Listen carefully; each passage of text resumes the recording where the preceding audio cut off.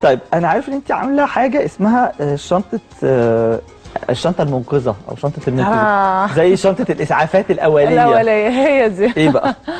شنطه المنقذين دي ليها قصه ظريفه جدا. انا ليا 2 اصحابي في نفس السن، فجاه كده كانوا قاعدين مع بعض وهم نفس السن وكانوا مع بعض في المدرسه. فجاه واحده منهم، في ساره وسمر. سمر اكتشفت ان هي بشرتها بقت وحشه قوي وضلمه والوان مختلفه، وساره بشرتها كويسه ونضره وبتلمع وهما نفس السن. فقالت لي بقى الحقيني. فقلت لها انت بتستخدمي ايه؟ قالت لي انا ما بستخدمش الصابون، انا بستخدم غسول. حسيت ان دي اخر معلوماتها عن العنايه بالبشره، فعملت لها بقى شنطه المنقذين. هو فيها ايه الشنطه؟ 6 منقذين من نوكس. اوكي. فممكن بقى نبتدي نعملهم، عشان وانا بقول لها عليهم لقيتها مش عارفه تحطهم كمان. فقلت لها هنمشي مع بعض خطوه خطوه كده لحد ما نعرف نستخدمهم ازاي. طب بس قبل ما نروح عند الموضوع اللي معانا النهارده ايناس، خليني اقول لك بعض المقولات الشائعه اللي الناس بتقولها وانت تصلحي لنا ده صح ولا غلط. اوكي. اول حاجه في ناس تقول لك ايه، انا بحط سان بلوك وبرده بيسمروا. صح إيه؟ ده حقيقي. ده حقيقي. او تقولي انا بحط سان بلوك ملوش لازمه بسمر. طب ما هو ملوش دعوه ان هو تسمري ولا ما تسمري. هو بيقي من الاشعاعات الخطره؟ الشمس الضاره ده اول حاجه، وانتي ايجينج يعني بيخلي البشره ما تعجزش بسرعه. بعدين لما تحب هي بقى ترجع للونها تاني الطبيعي في الشتاء مثلا، ترجع للونها الطبيعي لو هي بتستخدم سان بلوك. لو ما بتستخدمش سان بلوك هتخرج من الصيف عندها بقع سمراء وحتت فاتحه ولون غير لون، ودي مشكله كبيره لان بيبقى علاجها بقى صعب.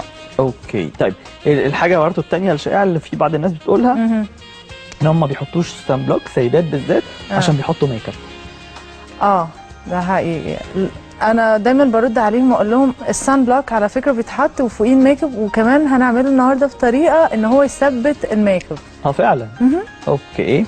طيب الحاجه الثالثه برضو من الحاجات الشائعه، لو الشفايف جافه بنحط حاجات للشفايف طول الوقت، يعني طول ما هم قاعدين كده بيطلعوا زبده الكاكاو اللي على طول بتطلع من الشنطه زبده الكاكاو مش بتغذي الشفايف، بتبقى خشنه وفيها قشر ومشققه عشان هي عايزه تتغذى، مش عشان ان هي عايزه تترطب لمده الدقيقتين دول وبعد ما تروح خلاص. لا، يبقى ليب بالم على طول. ليب بالم. اوكي. طيب هنا بقى شنطه المنقذين دي، 6 المنقذين انت هتنفذيها دلوقتي على ايناس؟ اوكي. ايناس ار يو ريدي؟ يس. اوكي. احكي لنا بقى كده ريهام هتعملي ايه بالظبط لايناس؟ طيب اول حاجه هنبتدي بيها ودي اللي قلتها لسمر صاحبتي اللي ما بتستخدمش اي حاجه. كان سمر ومين؟ سمر وساره. ساره كانت بتسمع كلامك من زمان شكلها. صبر هتسمع كلامك من دلوقتي. بالظبط كده. اوكي. عندي السان بلوك او السان بروتكشن من نوكس. ده لطيف جدا لان هو خفيف قوي، يعني دايما شكوى الناس من السان بلوك او السان بروتكشن ان هو تقيل قوي بيبقى دهني وستيكي وكده. نوكس عملت حاجه ظريفه جدا، عملت سان بروتكشن خفيف جدا، يعني بيتحط اول ما بيتحط تقريبا ما بيقعدش نص دقيقه ويمتص وما بيديش المظهر الستيكي ده. اوكي. بنحطه نقط بعيده، ما بنروحش عند نقطه دايره العين. بالظبط. نحط حاجه بسيطه جدا. يعني مش لازم نحط كتير عشان نعمل بروتكشن، وبنحطه بطريقه دائريه جدا بصباعنا كده. اوكي. على الوش كله ما عدا منطقه العين. بالظبط كده. اوكي. طب لو ناس قاعده بقى في الشمس ويعني كل شويه يحطوه بقى، بالذات لو على البحر كل ساعتين. كل ساعتين؟ حتى لو نزلوا البحر وطلعوا يحطوه كل ساعتين. هو ما بيتشالش من البحر. يعني لازم حاجه تشيله غسول او كده. الناس اللي بتقول ما بتحطش سان بلوك عشان عايزه تحط ميك اب، لا احنا حطينا سان بلوك اهو، ودي باودر هنحط على السان بلوك باودر. ايه ده فعلا؟ ده هيثبته جدا بجد؟ اوكي. ده هي. طب ده كمان لان كمان الاضاءه بتاعت يعني الاضاءه زي اللي احنا قاعدين فيها دي بتبقى خطر ساعات. بالظبط. الاضاءه الاستوديو والاضاءه البيضاء، وده اللي الناس مش عارفينه. ايه الاضاءه البيضاء دي؟ الاضاءه البيضاء النيون. النيون. الناس كتير قوي تحطها في بيتها وبعدين يعانوا من البقع السمراء، فبقول لهم. وبعدين خلي بالك اغلبيه الشركات والبنوك بتبقى حاطه اللمض النيون بالظبط. كل ما اروح بنك اقول لهم على فكره الاضاءه دي مضره يقولوا لي طب ايه؟ نقول لهم ايه يعني؟ لهم سان بلوك على طول. سان بلوك على طول بالظبط كده. اوكي. ده السان بروتكشن وخفيف جدا وفيري سموث، يعني بعد ما حطيته حط عليه الباودر ثبتها ومش باين ان انا حاطه سان بلوك بقى. اوكي. تاني مشكله قابلتني عندها ان هي عندها شفايفها فيها مشاكل وفيها قشر وفيها حاجات. دي ساره. ايناس عندها نفس المشاكل؟ لا بس انا هوري يعني اوكي. ده الليب الالترا نارش ليب بالم من نوكس. ده حلو جدا لان هو بيغذي. بنحطه بصباعنا ده. اوكي. طبطبه طبطبه؟ طبطبه على الشفايف. اوكي. طب لو واحده حاطه روج بيتحط عليه على الروج او قبل الروج بقى بعد الروج مش فارقه؟ بص هو كده كده بيمتص. أوكي. فهو ظريف كمان لو حاطين روج ممكن نحطه في وسط اليوم كده، ندخل التايلت مثلا نظبط ممكن نحطه فوق الروج، بيخليه شكله طري، مش بيديله اللوك الجلاسي اللي هو ما بقاش موضه دلوقتي. أوكي.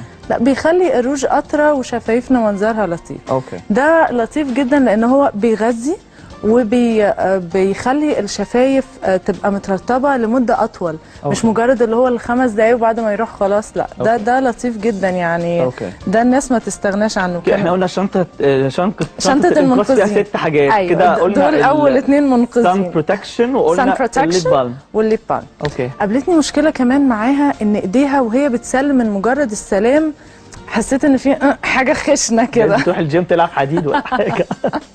ما بتحطش اي نوع كريم. اوكي. خالص يعني. أوكي. تقول لي الكريم عيبه ان هو بعد ما بحطه بتبقى ايديا ملزقه وبمسك اي حاجه، وبعدين احنا عندنا يعني في الشارع في كده في تلوث، فتلاقي ان بعد شويه الكريم محطوط عشان لازق بقت ايديها بقى فيها تراب وما اعرفش ايه، فبتقول لي ما بحبش احطه. اوكي. فوصفت لها الهاند اند نيل كريم من نوكس. ده لطيف جدا. ده بالعسل. اوكي. ففي فيتامينز بقى الدنيا. قلت لها طريقه لطيفه جدا، ما نحطش الكريم في ايدينا ونقعد نعمل كده، لا هنحطه على ايوه هنحطه على ظهر الايد. بصي زي ما لا سترونج. ده كده الطريقه الغلط اللي هي بتعمله ده غلط. بالظبط. احنا هنعمله ازاي؟ هنحطه على ظهر ايدينا وكده. ظهر الايد في ظهر الايد. بالظبط. انا كده وش ايدي ما فيهوش اي حاجه. وانا اللي بيبقى عندي خشن اكتر ظهر الايد. خلاص بعد ما امتص هعمل حاجه بسيطه جدا، مسحه كده ومسحه كده. اوكي. خلاص انا ايدي كده اتشطب. اوكي. هي الناس عملت زيك بالظبط كده. اوكي. دي طريقه لطيفه وبتخلي، لان انا مثلا هي بتبقى نازله رايحه سايقه، فاول ما هتحط مثلا وهي بتسخن العربيه تحط الهاند كريم، اول ما هتمسك كده الدريكسيون هتلاقي لكن تديله بس 3 ثواني اول ما العربيه تسخن. انت عملتي ظهر الايد وفي الاخر خالص الوش الايد من قدام. بالظبط كده. ده ظريف جدا. اوكي. ده برضو من الحاجات المنقذه. قابلتني مشكله كمان، قالت لي هي بنوته شاطره كده وبتروح الكليه وبتشتغل وبتعمل حاجات وبتمشي في الشمس كتير، فقالت لي عايزه ديودرنت للعرق، مزيل للعرق كويس. اوكي. قلت لها مشكلتك في حاجه واحده، ان انت ما بتشيليش الجلد الميت اللي عندك، فالجلد الميت هو اللي بيسبب الريحه الوحشه. اوكي. معلومه جديده دي. دي معلومه بتبقى ناس مش كتير عارفينها ويستخدموا كذا ديودرنت، وتيجي تقولي الديودرنت ده وحش وما اعرفش، والديودرنت بتبقى كويسه مش وحشه.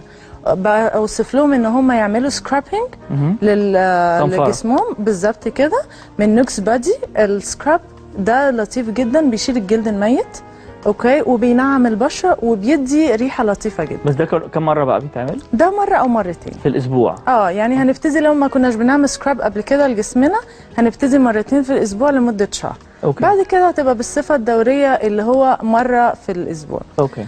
لطيف قوي في السكراب ده ان هو كله مواد طبيعيه. اوكي. يعني بنقشر بحاجات كلها طبيعيه، وفي حبيبات وكذا حجم. اوكي. يعني مثلا في البودره بتاعه الهازل نات، عين الجمل. اوكي. بالظبط. ده حاجه بتقشر. مستخرجات من البرتقال، حاجات كلها طبيعيه وفي الاخر بتدي تقشير لطيف، مش حاجه يعني في حاجات بتبقى سكرابنج بعد ما يتعمل ممكن تجرح الجلد، بتجرح صحيح، وتيجي عندها احمرار بتبقى عامله زي يعني زي حجر شويه بالظبط كده، بتمسك نفس السكراب نفسه بتلاقيه خشن، يعني لما بتدوس عليه بين صوابعك بتلاقي ماسك كور كده، لكن ده لا، ده حاجات فيري سموث ولطيفه جدا، ونقطه منه بتعمل تاثير هايل. صحيح. وده ممكن كمان نحطه على الجل، الشاور جل بتاع النوكس، البادي نوكس، بيعمل فوم لطيف ورقيق وبيعمل تغطيه اكتر وبيشيل الجلد، وريحته تحفه تجنن. صح. في فانيلا وفي كوكونات ريحته تحفه كده. ايه 4 حاجات؟ اوكي. ايه ال5 بقى؟ حبيبي ده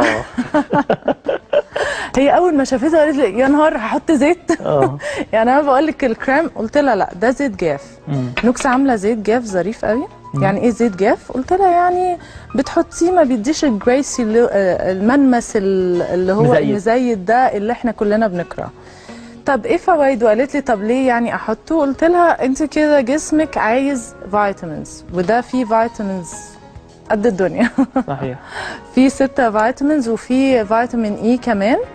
فيتامين اي اللي هو انتي اوكسيدنت. انتي اوكسيدنت ضد الاكسده. ضد الاكسده. الاكسده زي مثلا ما بناكل موز وتلاقي يعني وتقشر الموزه وتسيبها كده على الترابيزه هتسود.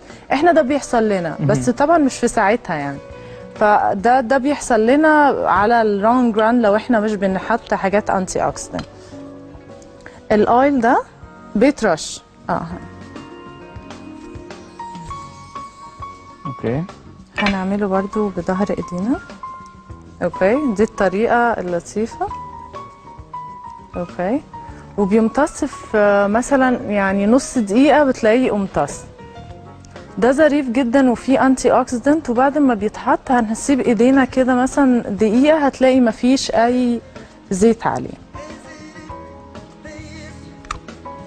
اوكي، ده الزيت بتاعنا. ده الزيت ده ليه هنتكلم عنه لوحده ده، عشان في حاجات وفي زيت، يعني في زيت فيه كانوا بيستخدموه المحاربين زمان لما يتيجوا يتعوروا. فعلا؟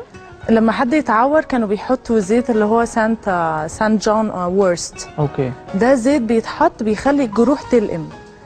فتخيل ده بيعمل ايه بقى في الكوع وفي الاماكن اللي هي خشنه. اوكي. ده هايل ده. اوكي.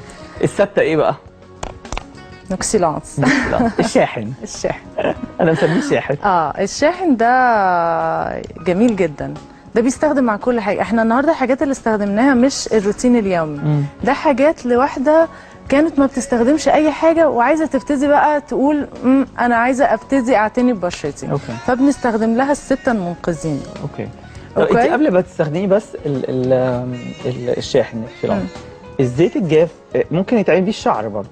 بالظبط كده. يعني انت دلوقتي ايناس لو عملت لها حاجه على شعرها لان هو فيه شويه هيشان برضه فكرتني بده. احنا عندنا الشعر اللي هو المسبوق. بصوا من تحت بقى بصوا الاطراف عامله ازاي، لان ده لو اتحط عليه الزيت هيختلف دلوقتي تماما. هيختلف جدا. هنحطه على اطراف ايدينا. اوكي. وهنسخنه. انا هعمل لها خصله وايناس هنعمل الباقي الخصل، وهنعمل على الاطراف الشعر المسبوغ كمان بالزيت. بصوا دلوقتي هتلاقوا الفرق قدامكم في ثواني. وهنعمله بقى حمام زيت وهندلع نفسنا. ده بنحطه بس كده. اوكي. وهنعمله على الخصل. ده انا حاطه زياده شويه لان الشعر هنا محتاج جدا. هنحط على ايدينا. اوكي. هنعمل كده، هنسخنه وهنجيب كل شعرنا على جنب. اوكي. والاطراف اكتر. the end of the hair. بصوا فرق في ثواني. سحر. وبنعمل له كمان حمام كريم. كل الهيشان بيروح بسرعه جدا. زي كده. كويس ده ايناس. حلوه. هي مبسوطه بيها. ده مالتي بيربز. الزيت ده بيستخدم للوش وللجسم وللشعر. اوكي. كلمينا عن الشاحن بقى كده. الشاحن ده يعني بيستخدم مع الديلي روتين. هي طبعا واحده لسه ما جابتش الديلي روتين بتاعها وده هنتكلم كل بشره هنصنفها، بس ده بيستخدم لو هي حتى بتستخدم حاجات نوكس او حاجات تانية بنستخدم معاه نوكسيلونز. اوكي. نوكسيلونز ده بيخلي الكريم الايفكت بتاعه لو هو مثلا بيعمل ايفكت 20% هيخليه يعمل 40% و 60% كمان. يعني بيخلي اي كريم بيتحط مفعوله اقوى. بالظبط. بيخلي الخليه نفسها يعني تستقبل الكريمات والحاجات اللي داخله له، لان هو بيشحن. يعني في ناس بتبقى بشرتها دبلانه، فالنوكسيلونز ده بيشحن لها بشرتها. اوكي. هتعملي لي ايناس؟ انا هحطه الطريقه بتاعته سهله جدا برضو نفس الطريقه. نقط. بصوا ايناس شعرها فرق ازاي، بان قوي بعد ما حطت الزيت.